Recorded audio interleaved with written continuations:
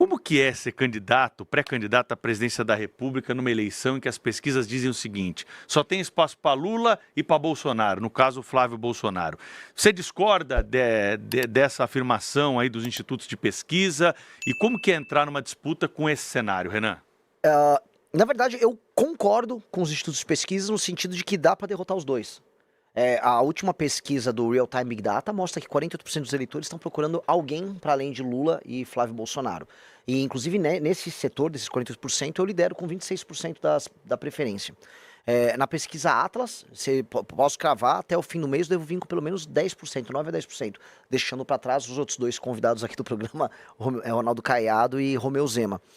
E eu vou retirar o Flávio do segundo turno e vou derrotar o Lula no segundo turno por uma razão muito clara. O antipetismo, que é quem a família Bolsonaro pegou os votos ao longo aí dos últimos 8, 10 anos praticamente, o antipetismo é uma força política na sociedade brasileira que está cansada.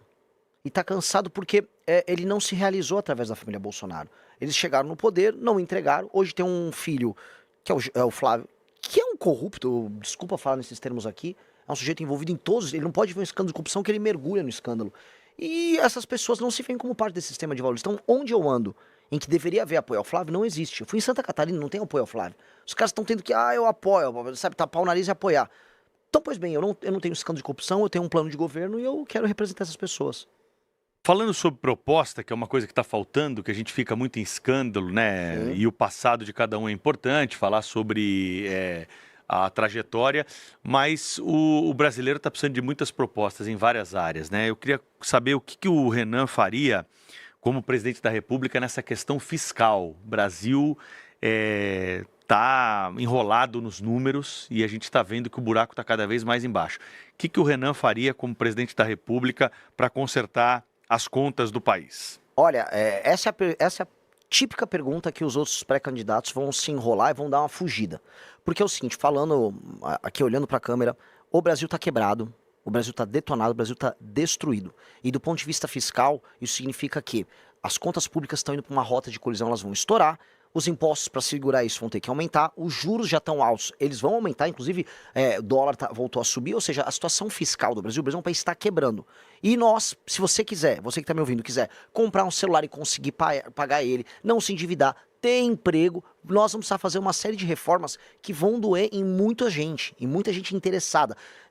Grandes empresários que querem renúncias fiscais, mas nós vamos precisar mexer, por exemplo, em outra reforma da Previdência, nós vamos ter que fazer uma coisa que é difícil de explicar aqui pro público, mas chama-se desindexação de certos gastos. Nenhum candidato vai falar isso, porque eles querem seu voto. Eu não vou mentir, eu não sou estelionatário, então eu vou falar para vocês, eu vou ter que desindexar os gastos do BPC, ou seja, o reajuste deles não vai ser feito através da base do salário mínimo, do aumento do salário mínimo, mesma coisa com a própria aposentadoria, eu vou cortar todos os privilégios possíveis do judiciário, fazer isso vai me liberar um espaço fiscal de 200, 250 bilhões por ano. É isso que um presidente precisa fazer. A única coisa séria que um presidente precisa fazer, assim, na transição de mandato dele. Todos os outros não vão falar isso, porque isso tira voto. Mas eu tô aqui para falar a real. E eu vou voltando até, linkando com a pergunta anterior. É por isso que eu vou ganhar. Porque eu tô falando a real, eu vou falar pros outros, ô Lula, você não vai querer fazer essas reformas? Bota no cartório. Flávio, bota lá, registra em cartório. Porque eles estão mentindo. Todo mundo sabe que vai precisar fazer uma reforma fiscal pesadíssima no Brasil. Que é a reforma fiscal que no fim do dia vai permitir que uma pessoa consiga comprar um celular e não ficar endividado. O presidente da República, no atual cenário que a gente tem com o parlamento, tem condições de fazer isso sem essa articulação política, por vontade própria? Tipo, o presidente tem essas ideias que você está apresentando aqui, ele consegue executar imediatamente? Olha, a PEC fiscal minha... Tem que passar pelo parlamento. Lógico, mas eu vou dar um exemplo para você. Eu não só falo. Esse projeto que eu falei fiscal já está protocolado na Câmara dos Deputados pelo meu partido. A gente já tem coisa de 70 e 80 assinaturas coletadas junto ao parlamento. E a ideia é conseguir o número necessário já para botar em tramitação. Eu quero passar essa reforma na transição. É uma reforma que economiza 3,3 trilhões de reais em 10 anos. E aí a gente não vai ficar tendo que discutir todas as vezes nos programas políticos aqui a questão fiscal. É pra gente resolver de vez. E se eu venci, vamos colocar em perspectiva, se eu ganhei a eleição vindo de um partido que tem 6, 7 meses de idade, significa que eu fui um fenômeno eleitoral. Sendo um fenômeno eleitoral, o espírito do tempo no Congresso, ele vai estar sendo pautado por mim e por essa agenda. Então eu não terei tanta dificuldade, pelo menos no início. Depois, a gente sabe que o Congresso vai fazer o necessário para querer, né, me botar uma faca no meu pescoço para querer grana, que é isso que o Congresso quer. Só que aí eu tenho que trabalhar com relação de forças de uma maneira Precisa mudar esse esquema das emendas na tua avaliação? Com certeza. E como faz para mudar isso? Tem que mudar o sistema político brasileiro. E o sistema político brasileiro parte da base. Eu não quero, assim, me estender que essa história é fascinante. Eu rodei o Brasil, rodei o Maranhão, rodei cidades do interior do Nordeste, cidades que nem sequer deveriam existir do ponto de vista institucional. São cidades que apenas vivem de receber dinheiro do governo federal. E como é que rola a vida política lá? A emenda do deputado vem, o prefeito ele opera a emenda, desvia um dinheirinho para comprar voto na eleição, o outro ele faz um show com o Wesley Safadão ou com algum cantor para poder, né, amealhar o apoio da população. Popularidade. O deputado ganha em cima disso. Nós vamos mudar todo esse sistema. A gente vai fundir as cidades pequenas. Nós precisamos, porque as cidades estão quebradas, e nós vamos fazer uma reforma, que eu chamo de lei de responsabilidade gerencial, que vai condicionar o recebimento das emendas por parte do município, e inclusive o fundo partidário e o fundo eleitoral para os partidos, mediante desempenhos de gestão. Então, se um prefeito ele tem um bom resultado em educação e saúde, ele ganha pontos. Esses pontos autorizam o município a ganhar emenda. Se ele não faz isso, ele não recebe emenda. E aí o município dele tem que se fundir com o município ao lado. E o partido dele tem o fundo partidário e o fundo eleitoral condicionado, veja só, ao desempenho dos prefeitos que estão filiados naquele partido. Portanto, quanto melhor for um prefeito, mais dinheiro o partido tem. Quanto pior o prefeito, menos dinheiro o partido tem. E menos emenda o deputado pode usar. Então a gente faz uma revolução mudando os sistemas de incentivo. Pelo seu cálculo, nós temos 5.000 municípios no Brasil. 5.570. Cairíamos para quanto, assim? Teria que cair para pelo menos, para a gente racionalizar, tem um estudo da Universidade Federal da Paraíba que vai nessa linha, para coisa de 2.300. Pela metade, quase. Porque a maior parte dos municípios... Agora é uma briga política imensa, né? Você vai lutar contra todo mundo, pô. Mas... E aí é PT, é PL, MDB, Centrão, União Brasil, todo mundo tem prefeituras. Todo mundo tem prefeituras, mas todos sabem, eu inclusive fui agora na Marcha Nacional dos Prefeitos, que não tá dando para pagar essa conta. Sim, é uma irracionalidade. E tem um problema, o Centrão, ele é um carrapato. Esses políticos que você estava citando, eles são carrapatos. O carrapato, o máximo de consciência que ele tem é assim, ó, o boi não pode morrer. E o carrapato percebeu que o boi tá morrendo. Então eles, pode reparar que em vários momentos da história recente do Brasil, chega um momento de colapso, aí eles participam das reformas. O governo Temer foi isso, aconteceu em alguma medida no governo Itamar Franco, no próprio FHC, até no governo do Collor teve. Então o carrapato, que são esses caras, já estão vendo, olha, a gente tá sugando demais. Vai ter que fazer alguma coisa pro bicho não morrer. Pois bem, o boi Brasil tá morrendo, ele morre em 2027. Então eles vão ter que participar de um conjunto de reformas. O que é minha pré-candidatura? É a versão mais radical dessas reformas. É a reforma mais agressiva para a gente resolver o Brasil. Se a pessoa quiser viver num país sério, vai ter que fazer essas reformas que eu estou falando. E eu vou ter que convencer as pessoas e os políticos. Mais ou menos o que o Milei está fazendo na Argentina. Exatamente. Porque, assim, o Milei alertou, o Milei fez mais ou menos o que eu tô fazendo aqui. Ele foi na televisão, foi nas rádios e avisou, a Argentina tá quebrada. Eu tô lembrando, por isso que fiz a pergunta aqui. E ele falou, a Argentina tá quebrada, não vai dar pra a Argentina ficar assim. Galera, vamos acordar. Aí os argentinos, é verdade, a gente tá quebrado mesmo. Porque existe uma coisa que é a normalização do absurdo. A Argentina tinha normalizado o absurdo e todo mundo ficava pobre, fazendo racionamento, inflação lá no alto. E eles, não, mas a vida é assim. A vida não é assim. O Milei falou, você não precisa viver assim. Igual a gente vivia antes do Plano Real. O ser humano é um ser incrivelmente adaptável. A gente se adapta ao absurdo. De repente veio o Plano Real, a gente falou, poxa, dá pra viver sem tanta inflação. Mesma coisa que eu tô falando aqui. Dá pra você comprar um celular, e eu falei assim, minhas ambições são muito grandes e ao mesmo tempo são muito simples. Sabe qual é o sonho de um Brasil perfeito no meu primeiro ano? Você conseguir comprar um celular, você não se endividar para comprando celular, e aí você vai andar na rua e ninguém vai roubar ele. Se você conseguir cumprir esse ciclo de comprar um celular sem se endividar e conseguir ir na rua e ninguém te roubar, nossa, já foi uma revolução. INSS. Pergunta que chega todos os dias aqui para emissora. De pessoas que estão na fila, que tem gente que ainda não conseguiu ainda reaver aqueles valores descontados indevidamente. Como reduzir a fila do INSS, Renan? De maneira clara, nós precisamos... assim, a fila em si, você tem que ter automações e você tem que tirar fraudes. A gente tem uma indústria da fraude que acaba tomando muito tempo na operacional. E hoje você não conseguiu colocar de maneira, vamos dizer, a contento, tanto o machine learning quanto as automações para você conseguir andar mais rápido com os processos. Você também citou agora, vamos dizer, descontos e o escândalo do INSS é um pouco sobre isso, é muito sobre isso, né? Os descontos e as fraudes, os crimes. Pois bem, há um elemento que impacta aí, que são a exploração indevida do idoso através das redes sociais. O escândalo do INSS, em grande medida, envolve pessoas idosas que recebem ligações e que recebem mensagens e que acabam caindo em fraudes e elas não sabem, não têm a matemática financeira, o básico do entendimento do que eu contraí um empréstimo, tô te dando 10 mil reais, só que eu vou te descontar com juros, sei lá, de 6% ao mês, como houve alguns casos. Essas pessoas não conseguem se defender desses casos. Tem que ter uma legislação muito dura contra a fraude e contra idosos. A maior parte das fraudes que estão acontecendo, não só no Brasil, tá? Tem um artigo nos Estados Unidos muito interessante sobre isso.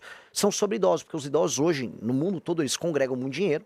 Tem muita gente recebendo aposentadoria e tem patrimônio e não sabem usar a internet. E aí as fraudes são focadas nos idosos. Então tem que atacar muito fraude nos idosos. Assim, tem que prender e ter uma legislação muito dura. E o resto é enfiar automações e, do ponto de vista da gestão pública, automação e trabalho, vamos dizer, de digitalização para tirar as filas. Política externa, o Brasil tem que atuar de que forma em relação aos Estados Unidos, essas tarifas que são anunciadas, agora tem essa notícia do fim de semana que nós abordamos mais cedo aqui, do veto à carne brasileira pela União Europeia. Tem que ser uma política mais agressiva, o Brasil tem que se posicionar, ou na tua avaliação nós precisamos dançar conforme a música porque não somos tão fortes quanto outras economias mundiais? Ela respondeu para mim. Infelizmente, por mais que muita gente... O Lula fica vendendo essa história de soberania. Não tem soberania nenhuma. O Brasil depende da China para ter grana, vendendo soja e minério de ferro. A situação humilhante que o Brasil tem com relação à China. A China está falando em construir a ferrovia que liga Ilhéus a Xangai para levar de vez as commodities nossas. E ela mesma investiu, ou seja, não tem nem dinheiro para fazer ferrovia aqui. Situação humilhante. E ainda mais humilhante a situação com os Estados Unidos, que o governo Trump despertou para a América Latina. E aí o Trump virou para o Brasil e falou: baixa a bola aí na tua relação com a China. É o seguinte, nossa relação comercial está desproporcional, vai corrigir isso aí e ainda estou de olho nas tuas terras raras. Aí sabe o que o Lula está tendo que fazer? Está tendo que sentar e conversar sem muita moral. A situação do Lula é humilhante, porque ele não pode discordar da China, porque a gente exporta para a China, e do outro lado ele vai ter que se submeter ao Trump. Então, o que o Brasil tem a fazer? O Brasil tem uma posição que ela, vamos dizer, nos permite negociar bem. É a questão das terras raras. Porque os Estados Unidos precisam disso. Os Estados Unidos hoje estão numa posição de fraqueza com as terras raras. Para aquela que estamos assistindo, né, essas terras raras que são minérios especiais, aí na tabela, parte de baixo da tabela periódica, disprósio, neodímio, um monte de nome esquisito, parece nome de remédio. Um jato F-35, que é a base do sistema de defesa e ataque do governo americano, ele usa 0,5 tonelada de terras raras. E os Estados Unidos não produzem e processam nada disso. E a China tem. Tudo. Não, eles compram tudo da China. Ou seja, a China olha, os jatos de guerra americanos, os drones americanos, são todos feitos com material chinês. Os Estados Unidos precisam montar a cadeia própria. Quem tem 20% da reserva global? E quem está no continente deles é o Brasil. Então o Brasil precisa usar essa posição para falar: você quer conversar, Estados Unidos? Então vamos montar a cadeia inteira das terras raras aqui. Vocês, a União Europeia, o Japão, que está precisando também, a Taiwan, que faz os semicondutores. Traz a cadeia para cá, num projeto de 10, 20, 30 anos, da gente começar a extração, o processamento, e aí fazer turbina de avião aqui, fazer bateria, fazer drone aqui, e aí a gente faz parte de uma cadeia global de produção, assim, com muito valor agregado, que é necessário aos Estados Unidos, que é necessário à União Europeia, e aí que reposiciona o Brasil nesse jogo. Só que não dá pra gente negociar igual o Lula tá negociando, com uma faca no pescoço e querendo fazer showzinho. Ainda nesse capítulo internacional, recentemente tivemos a classificação do PCC e do Comando Vermelho como organizações terroristas. Isso gerou um debate aqui no Brasil que dividiu até especialistas que normalmente estão do mesmo lado da tese, né? Então, muita gente ficou perdida, falou: será que eu devo apoiar isso? Será que vai ser bom ou vai ser ruim? Na tua visão, é bom ou ruim? Quase indiferente. Há um elemento bom no sentido de que as pessoas estão se tocando que o problema é muito grande, a ponto dos Estados Unidos terem falado: olha, isso aqui são organizações terroristas. Do ponto de vista da cooperação internacional, a gente vai ter que fazer, por exemplo, a Polícia Federal Brasileira tem um acordo de cooperação com a CIA, ela tem com o FBI. São instituições diferentes. Agora, do ponto de vista da execução, para derrotar o PCC e o Comando Vermelho, o governo brasileiro vai ter que atuar. Não são os americanos. O problema é que os bolsonaristas lá ficaram vendendo: agora vai dar certo. Vai dar certo o quê? Você vai chamar os americanos para virem resolver um problema nosso? Novamente, é aquela coisa da constante humilhação do Brasil. Esses caras ficam humilhando o Brasil. O Lula humilha o Brasil quando vai lá nos Estados Unidos e fica negociando terra rara por conta de uma fraqueza interna dele, de projeto dele, que ficou puxando o saco da China. E do outro lado, o Flávio Bolsonaro vai lá comemorar: Trump, tira uma foto igual, sabe, um cara que tinha foto com o Neymar, com um ídolo. Ó, tô aqui com o Trump. Que isso? Você pretende ser um chefe de Estado e tá tirando fotinho patética, tentando se apropriar de uma decisão que não veio deles e uma decisão que pra nós é indiferente. Desculpa eu me estender nisso. Flávio Bolsonaro é do Rio de Janeiro. Ora, o que ele fez pela segurança do Rio de Janeiro todos esses anos? Ele estava apoiando agora o Bacelar, que foi assim, a Polícia Federal colocou, é o representante político do Comando Vermelho na política carioca. O Flávio apoiava ele, apoiava o TH Joias, que era do Comando Vermelho, e aí vem ficar falando, não, agora os Estados Unidos vai salvar. Os Estados Unidos levariam o Flávio preso num contexto desse. Renan, ainda sobre segurança pública, acho que é um dos assuntos que hoje mais incomodam, né, a população. A gente noticia aqui, terrível, essa situação que vivemos. Muitos lugares do Brasil não podemos andar com o celular na mão, temos que tirar a aliança quando vamos sair de casa para evitar algum susto maior. O que dá para fazer prático, de forma prática, no começo de uma gestão em relação à segurança para mudar isso aí? Olha, esse é o sonho, a coisa que eu mais imagino no início da nossa gestão. Primeira coisa, na transição, na virada do ano de 2026 para 2027, eu tanto vou passar a reforma fiscal, quanto eu vou aumentar ainda mais todas as penas para crimes violentos.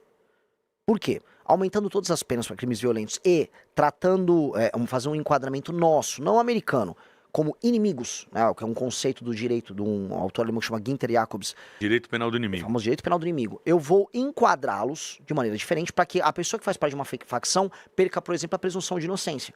Então, se você tá aqui em São Paulo, a gente tem o Smart Sampa. O que é o Smart Sampa? É um sistema de câmeras. Se um sujeito que está enquadrado como membro do PCC, não importa se ele é contador do PCC e trabalha na Faria Lima, ou se ele é um vapor, ou ele é um cara que anda com metralhadora em Paraisópolis, se a câmera pegou, a polícia já pode ir lá pegar ele na hora. Ele não tem presunção de inocência, é inafiançável, não tem progressão de pena, ele já vai para cadeia na hora. Então, com isso, o Estado fica armado, do ponto de vista institucional, para fazer o que eu quero fazer. O que eu quero fazer? No dia 5 de janeiro eu tomo posse. Dia 6 de janeiro eu estou em Santa Quitéria, no Ceará, e eu vou começar a colocar em estado de defesa, que é tipo uma GLO, só que com algumas, vamos dizer, características a mais, certas cidades, bairros ao redor do Brasil que estão tomados pelo crime organizado. Não é botar o Brasil em estado de defesa, é botar esses lugares para que a polícia, junto com o governo federal, entre, prenda todas essas figuras, liberte as pessoas que moram ali e aí a gente começa a retomar o território nacional. E aí a gente vai fazer uma limpa que a gente nunca viu. Eu preciso fazer, senão eu falhei como presidente, no final do primeiro ano a pessoa se sentir segura para andar com o celular no meio da rua, e todos os bairros brasileiros estarem livres do crime organizado. Se eu fizer isso, aí eu entro na fase 2 do meu governo, que é a desfavelização do país. É mais ou menos que nem o Bukele fez lá em El Salvador? É muito parecido com o que o Bukele fez. A questão é que em uma escala muito maior.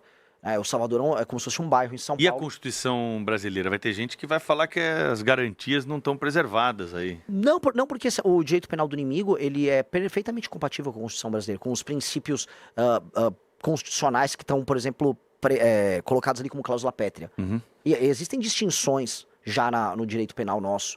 Então, não há um problema em receber não só o direito penal do inimigo, como em aumentar penas. A questão toda que nós temos é um problema de execução das políticas públicas na área de segurança. As penas são muito baixas, as leis de execução penal no Brasil elas são amigas da bandidagem, então um cara pega uma pena de 20 anos, cumpre 7 e já sai. Então, os juízes no Brasil, eles têm, vamos dizer, uma subjetividade muito grande. Ou seja, o juiz decide da cabeça dele. Aí acontece o que aconteceu com o caso do Henri Borel lá no Rio de Janeiro. Uma juíza feminista, é machismo prender ela. E obrigou o tribunal do... Eu nunca vi um negócio desse. Obrigou os jurados a alterar o voto deles. E isso é coisa de um país doente. Essa subjetividade não pode acontecer. Agora, por mais que as leis sejam modificadas nesse campo, aumento de pena, polícia, GLO... Existe um ponto da legislação penal que parece imutável e nós não entendemos por que, apesar de uma pressão da população, que é a questão da maioridade penal. Sim. Vai pra frente? Óbvio. Tem que ir. Óbvio. Assim, quando você... Olha, eu não sei se eu tô me estendendo aqui, eu adoro esse tema. Tem um estudo da GV, o pessoal só dá um Google, de 2007, tá? Que mostra que existe uma correlação fortíssima entre a ausência da figura paterna e o cometimento de crimes pelos jovens. Ou seja, um jovem tende a cometer crimes, o jovem que comete o crime, que vai parar numa FEBEM, a relação dele com a ausência do pai é maior do que a relação, por exemplo, de desigualdade social. Ou seja, a desigualdade social e a pobreza interferem menos nesse jovem cometer o crime do que ele não ter um pai presente. Nós vamos precisar fazer um trabalho muito claro, e as pesquisas mostram isso, em atuar nas periferias, onde tem a maior parte desses meninos, porque inclusive a gravidez na adolescência incide mais nas periferias, nas favelas, em cidades pequenas no interior do Nordeste. Nós vamos atuar nesses lugares já com, fim da maioridade penal, mas 2, trabalhando já nas escolas para recuperar esses meninos e dar um atendimento psicológico para separar eles, porque eles são garotos que estão numa condição especial. O garoto que comete o crime violento, quase sempre, 80% dos casos, ele não tem o pai. O pai abandonou ele, vem de uma relação complicada. E nós vamos chamar a sociedade civil, igrejas, ONG, auxílio psicológico nas escolas, já para focar nesse cara. Para fazer o trabalho preventivo, mas tem que ter junto a punição. Porque hoje está muito barato para uma facção criminosa você morrer um bandido em combate, ou uma pessoa foi trabalhar qualquer coisa, pega um menino com 15, 16 anos e coloca ele para trabalhar na operação. Tá fácil. A gente vai dificultar e vai inviabilizar esse modelo de negócio, porque é um modelo de negócio muito bom para eles. Foi muito fácil. Renan, muita gente aqui que não acompanha de perto assim a cena política deve estar se perguntando: partido é esse, Missão? Partido que é novo? De onde surgiu Missão? Conta um pouquinho dessa história. Missão foi o último partido fundado no Brasil, provavelmente não haverá outro sendo fundado, porque a legislação é cada vez mais difícil, mais proibitiva para montar partidos. Ele é oriundo do antigo e ainda vivo e super presente MBL, ou seja, as pessoas que fizeram aquelas manifestações famosas em 2015, 2016, que derrubaram Dilma Rousseff, elas entenderam que não adianta só protestar, não adianta só reclamar do governo A, B ou C. Elas só serão respeitadas, e o brasileiro exigiu isso da gente, se a gente fosse uma alternativa de poder. Às vezes eu falava, o Lula não dá, o Bolsonaro não dá, aí o eleitor fala assim pra mim, tá bom, mas e aí? Vai pôr quem no lugar? Uma vez um cara me provocou, então vai você, bonitão. Eu falei, tá bom então. Ok. Então nós juntamos mais de 2.000 jovens, na verdade foram 3.500 jovens coletando assinaturas ao redor do Brasil. Começamos a coletar, fizemos um sistema super tecnológico, a gente botou um aplicativo para coleta. Fomos o partido que coletou o maior número de assinaturas no menor período de tempo em todos os estados da federação e conseguimos montar o partido, que é o partido que vem surpreendendo todo mundo, porque hoje, por exemplo, nas vaquinhas online, é o partido que mais arrecadou doações, é o partido que tem maior audiência em redes sociais e é um partido que tem 6, 7 meses de idade. Para finalizar, acho que esse é um bom tema também. Você é favorável a uma mudança no sistema de financiamento das eleições? Financiamento público está errado? Eu acho que o modelo atual está. O modelo atual está... Veja, vários países sérios têm financiamento público.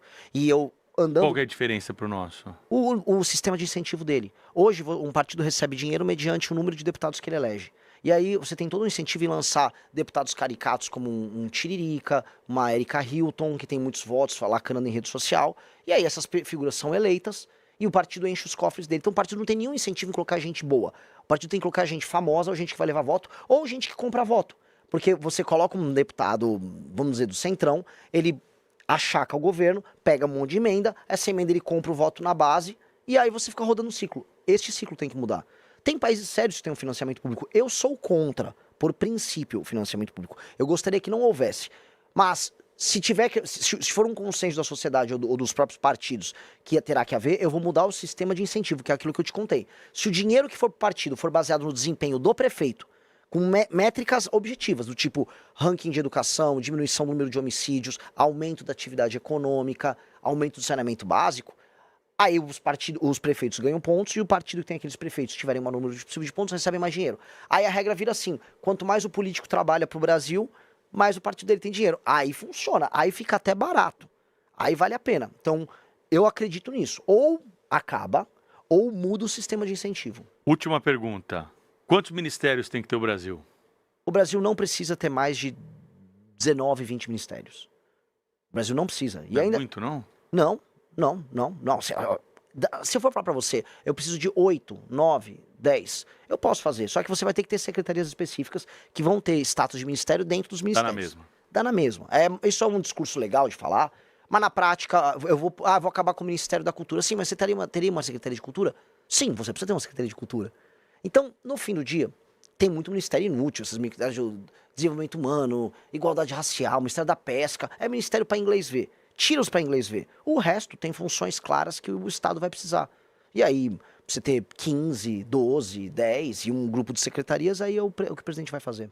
Gostou desse vídeo? Então, se inscreva no canal, deixe seu like e ative as notificações para nos ajudar a crescer e trazer mais conteúdo informativo do Missão para você.